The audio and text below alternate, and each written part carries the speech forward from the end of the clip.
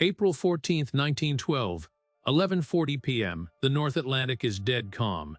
It looks like a sheet of black glass. But underneath the luxury, the White Star Line is drowning in red ink. They are desperate for a win. We are looking at the RMS Titanic, the largest moving object ever built by human hands at that time. And the most expensive? But don't let the chandeliers fool you. This ship was built on a budget of arrogance. 46,000 tons of displacement. She's moving at 22.5 knots. That is near top speed in a known ice field. That speed wasn't about engineering pride. It was a business decision. They needed to beat the crossing time to secure headlines in New York. That speed wasn't about engineering pride. It was a business decision. They needed to beat the crossing time to secure headlines in New York. And the financial stakes are just as heavy. JP Morgan financed this. He expects a return on investment, not excuses. Everyone knows the iceberg. That's the ending. But the structural failure started weeks before they even launched. Exactly. We need to talk about the Unsinkable label. That wasn't a safety rating. It was a marketing slogan to sell tickets. There was a coal fire burning in bunker number 6. It started in Belfast. It was burning at 1,000 degrees for days. And management knew. They literally ordered the crew to shovel coal faster to hide the damage from the inspectors. Heat changes the molecular structure of steel. That whole plate was brittle before it ever touched the water. They painted over the burn marks. It's the classic cover-up, profit over protocol. Then look at the rivets, the glue holding the ship together.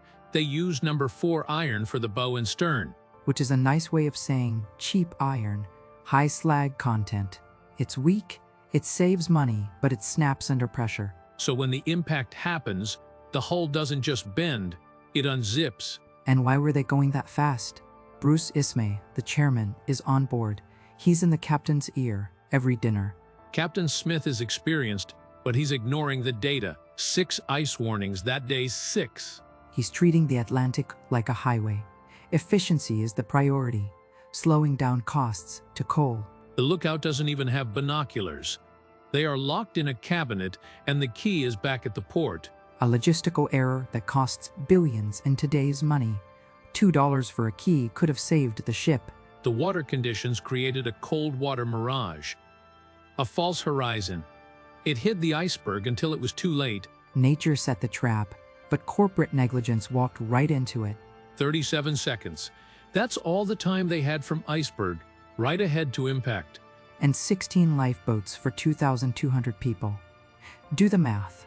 The math says over 1,000 people are dead before the ship even stops. The Board of Trade regulations were outdated. They regulated lifeboats by tonnage, not passenger count. It's a fatal loophole. They legally had enough boats, but morally, they were empty. The first-class tickets cost the equivalent of $100,000 today. Third class paid with their lives. The ship is designed to float with 4 compartments flooded. The iceberg slices through 5. That's the kill shot. The moment the 5th compartment floods, the stock price hits 0. The pumps can move 1,700 tons of water per hour, but the sea is pouring in at 7 tons per second. It's a losing battle. The logistics of the evacuation are a nightmare. No drill, no plan. The crew doesn't know the capacity of the boats. They launch them half full because they are afraid the davits will break. Fear and lack of training. The crew is essentially seasonal labor in fancy uniforms. We are going to break down exactly how the steel failed, why the rudder was too small. And I'm going to show you how the insurance payout was more important than the passenger manifest. This isn't a tragedy, it's a crime scene. And the evidence is 12,000 feet underwater. Let's dive in. Let's perform the autopsy on the collision itself. Most people visualize a giant gash, like a knife slicing through a tin can.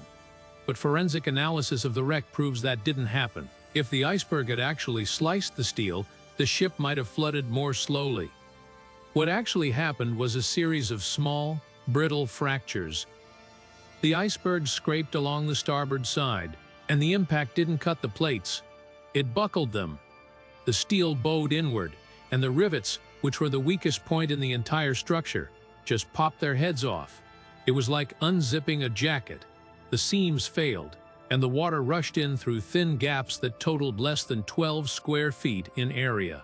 And that rivet failure is directly tied to the Harland and Wolff accounting books.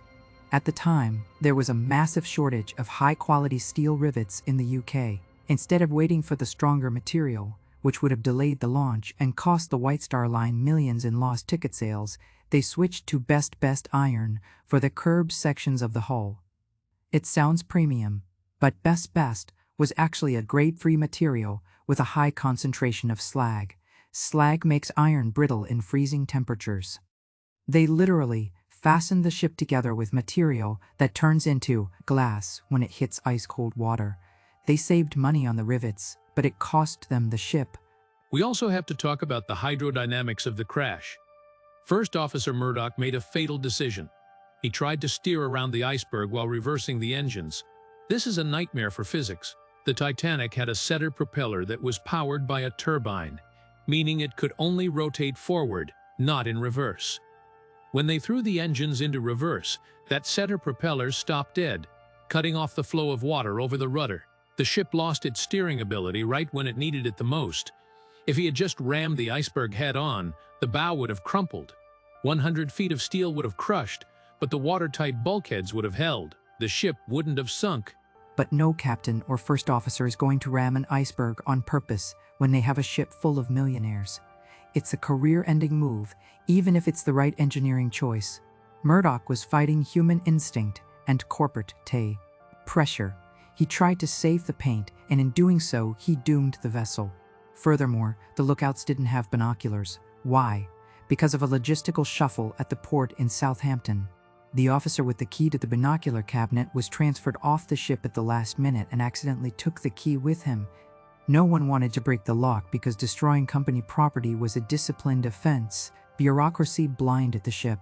Once the water was inside, the design flaw of the bulkheads became the executioner. The Titanic had 16 watertight compartments, which sounds impressive, but the walls, the bulkheads, didn't go all the way up to the main deck. They stopped at E-deck. As the bow filled with thousands of tons of water, it dragged the front of the ship down.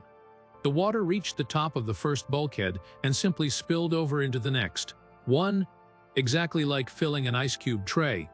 It was a domino effect of weight distribution. The pumps were working at maximum capacity, pushing out water, but for every ton they pumped out, 5 more tons were pouring in. The tragedy is that the crew didn't even know this flaw existed. The designers assumed that if 2 compartments flooded, the ship would float, even. They never calculated for 5 compartments flooding at once. And while the ship was bleeding to death, the wireless room, the main line of defense, was clogged with nonsense. The operators, Phillips and Bride, weren't actually White Star Line employees. They worked for the Marconi Company. Their priority wasn't ship navigation. It was sending expensive telegrams for wealthy passengers. Earlier that day, another ship, the Californian, tried to warn them about the ice field. Jack Phillips, exhausted and backed up with passenger messages, literally typed back, "Shut up. I am busy." He blocked the warning that could have saved them because he was prioritizing revenue over risk. By 12:45 a.m., the physics of the situation are irreversible. The bow is heavy, pulling the stern up out of the water. The hull is a girder designed to support weight evenly across the. You have 20,000 tons of unsupported steel hanging in the air. The stress on the midsection exceeds 35,000 pounds per square inch. The steel can't hold that. The lights flicker and die as the dynamo fails. Then, right between the third and fourth funnel, the keel snaps. The ship breaks its own spine. And in those final moments, the class system dictated who lived and who died. The lifeboats were launched, but the logistics of the evacuation were chaotic. The crew had never done a full drill. They were launching boats with 12 people in them that could hold 65. They were afraid the davits would break under the weight of a full boat. Another lack of faith in their own engineering. Meanwhile, the third-class passengers were literally locked behind gates below decks. They weren't just neglected, they were contained to prevent them from swarming the first-class decks. The women and children first rule was interpreted by some officers as women and children only, leaving empty seats while men watched from the railing.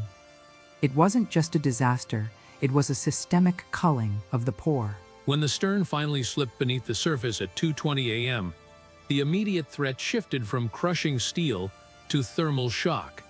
The water temperature was 28 degrees Fahrenheit. At that temperature, the human body doesn't just get cold, it shuts down. The blood vessels in the skin constrict instantly to save the core, causing a massive spike in blood pressure that can stop the heart within minutes. For the 1,500 people floating in life jackets, it wasn't drowning that killed them. It was cardiac arrest and hypothermia. The screaming didn't last for hours, it lasted for about 20 minutes. After, there was only the sound of the water lapping against the sides of the half-empty lifeboats, a haunting silence that every survivor carried with them for the rest of their lives. And while those people froze, the business world was already waking up to the magnitude of the loss. The White Star Line initially tried to spin the narrative, releasing headlines that said, "All saved," desperate to prevent their stock from plummeting. But the arrival of the RMS Carpathia in New York 3 days later brought the undeniable, grim inventory. The financial fallout was unprecedented. The total loss of the ship and cargo was valued at roughly $7.50 million in 1912. That's over $400 million today. But the liability claims were the real killer. The families of the wealthy American tycoons who died sued for millions, while the families of the third-class immigrants were offered pittance settlements, sometimes as low as $50 per life. The forensic legacy of the Titanic is written in the safety regulations we follow today. Because of this disaster, the International Ice Patrol was formed to monitor the North Atlantic, a job they still do with satellites and aircraft. Ship designs were radically altered. The double hull became a standard requirement, extending all the way up the sides of the ship to prevent the kind of flooding that doomed the Titanic. We also mandated 24-hour radio watches. Never again would a ship be deaf to a distress call just because the operator had gone to sleep. The tragedy forced the engineering world to accept that unsinkable is a mathematical impossibility, not a design feature. From a logistical and regulatory standpoint, the Titanic created SOLAS, the Safety of Life at Sea Treaty. It is the most important maritime safety treaty in history. It dictated that lifeboats must be calculated by the number of people on board, not the weight of the ship. It seems like common sense now, but it took 1,500 dead bodies to write that rule into law. Bruce Ismay, the man who demanded the speed, survived the sinking by sneaking into a lifeboat, but he was socially executed. The press labeled him the coward of the Titanic, and he lived the rest of his life in shame, a recluse haunted by the cost of his own arrogance. The wreck now sits at 12,500 feet, slowly being eaten by iron-loving bacteria called Halomonas titanicae. In a few decades, the ship will be gone completely, turned into a rust stain on the ocean floor. But the lesson remains absolute. Physics does not care about your net worth, your luxury, or your deadlines. If you ignore the forces of nature, they will correct you with lethal efficiency. The Titanic was the perfect storm of corporate greed, class warfare, and logistical incompetence. It proved that no amount of money can buy safety if the foundation is built on hubris. We investigate these disasters not just to understand how they died, but to understand how the system failed them. Stay sharp, respect the limits, and always check the exits. We're out.